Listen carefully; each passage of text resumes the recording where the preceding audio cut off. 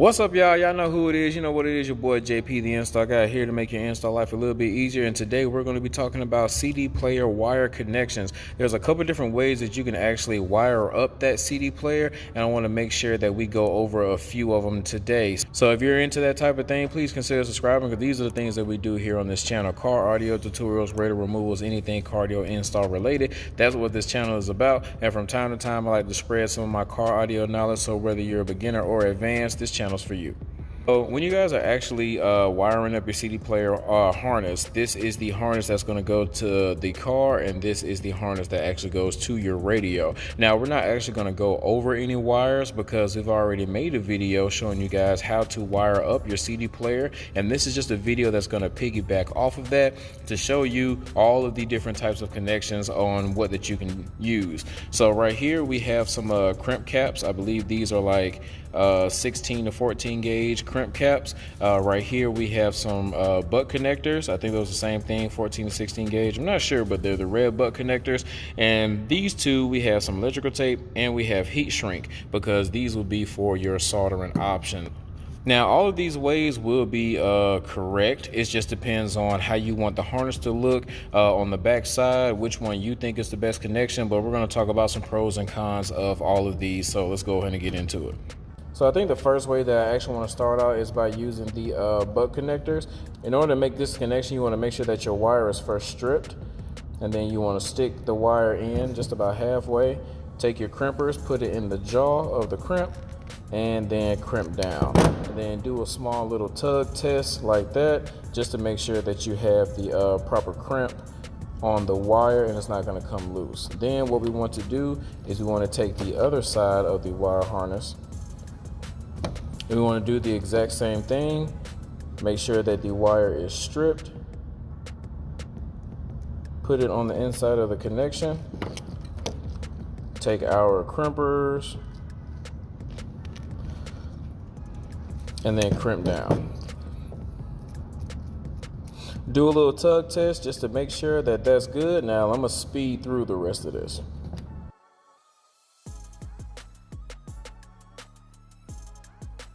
The wire harness finished up. Only thing I did extra was just throw a little two zip ties on the end. Looking behind the radio, nobody's gonna actually see this, but from installer to installer, this little simple thing right here just kind of makes you think that somebody actually cared about what it looked like behind the radio. I guess some cons, if you can think about it, let's just say that your CD player is not turned on, right? So you want to test power. If we test power here, we may get 12 volts just because this is going directly to the battery on our radio harness, that's coming from the car. Now if we test right here, we might not get 12 volts, that you may have a bad crimp. If you actually look at the crimp cap, you have the metal that's in the middle, and then these outer two parts are plastic. You have to make sure that you don't crimp on the plastic part, because you can end up not making a full connection, or you can end up actually cutting the wire in two, and then that could be a problem. All right, so now we're going to talk about the crimp cap connection. So the crimp caps are a lot easier to install. You literally just want to take your wire, cross it over at the bottom. You want to go ahead and twist it like that. Once you get this connection, you have your wire to wire connection. Take that crimp cap, go over here, and you will just crimp it right in the middle.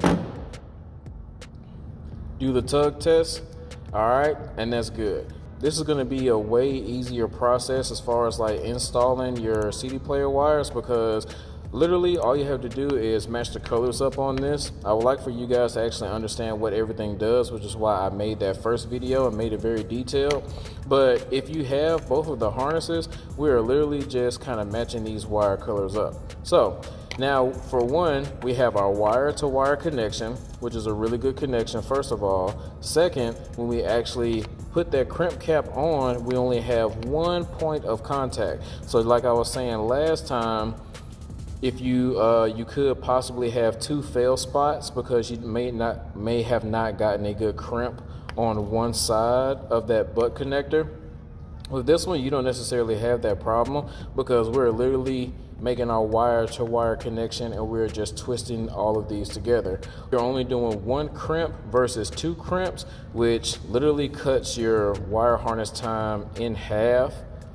So now that we have all these twisted together, We're gonna go ahead and just put that on here, and make sure you put the crimp in the middle.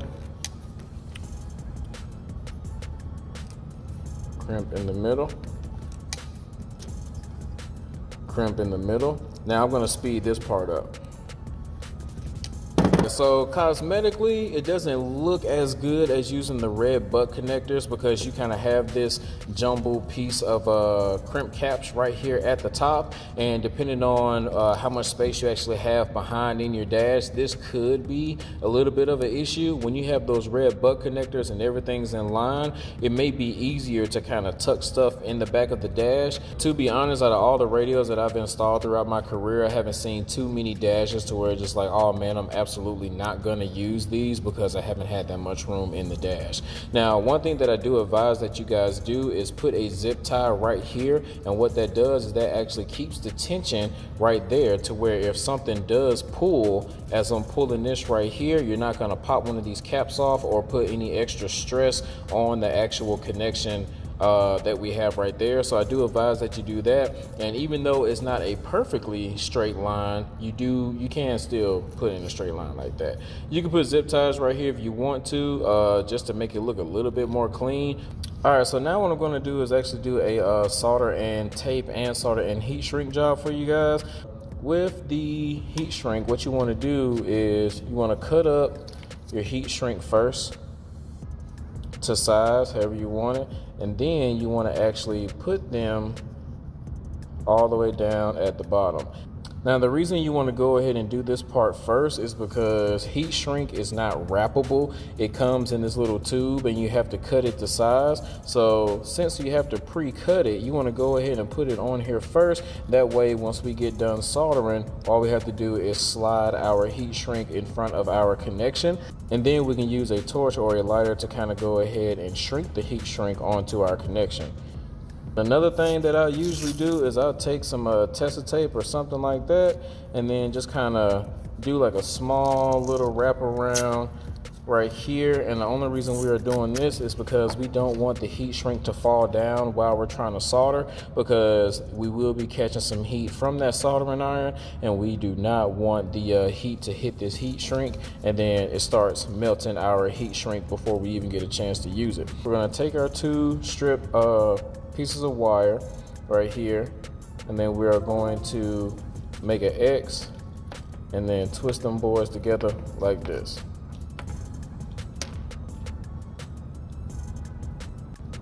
All right guys, so we got all of them twisted up, ready to go. Now let's go ahead and solder all of these connections.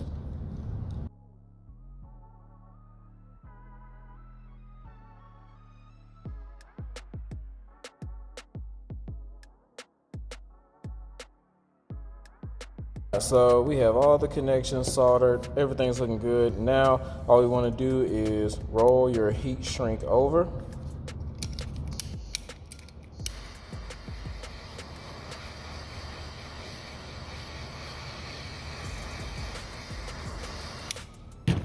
And do that.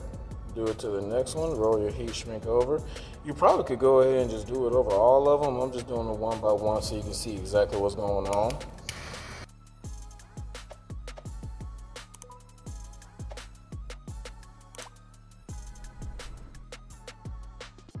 All right, so now we have all of those soldered and heat shrink. Now on the other connections, we're going to use some electrical tape. Now this is going to be pretty simple. You don't need any type of special cuts. You don't need any fire, nothing like that. Just pull a little bit off.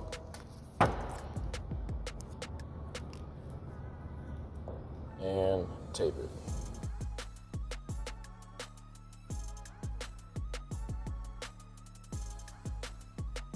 Soldering your wires is more time consuming than anything as far as the 4 different ways of connections that I've showed y'all today, but this is probably the strongest and the best way, honestly, is to solder all of your connections. That way you know you have a solid connection. But just to be honest, if you're working in a shop to where you really got to get them in and get them out, then I will probably roll with the crimp caps, because you're going to have your wire-to-wire connection. It's just one crimp, and it's by far going to be the fastest way to get your job done. But if you do have the time, then I probably wouldn't use butt connectors, even though I used to, and they definitely have their place in the car audio world, just like this. But if I had the time, I would probably solder and heat shrink all of my stuff. And if I didn't have any access to heat shrink, I would electrical tape it. And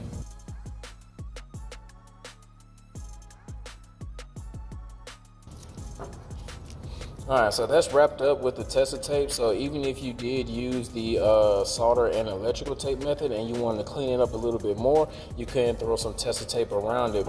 All the four that I showed you today, one of those would work for you, just depends on your personal preference. So I hope you guys found some type of value in this video. If you did, make sure you hit that like button. Don't forget to subscribe, share, comment if you want to. Product links will be in the description as far as like butt connectors, crimp caps, electrical tape, all that type of stuff. And the Patreon link is also in the description for anybody who wants to be a furthermore supporter of the channel. Now, if you don't want to be tied down to anything too long term, but this video still brought you some value, then that heart button is at the bottom. And I'm not asking anybody to do anything that they don't want to do, but anything that you do is greatly appreciated. All right, so this your boy JP, the install guy, signing out, telling you to shop at jpsaudio.com. And until next time, y'all have a blessed day.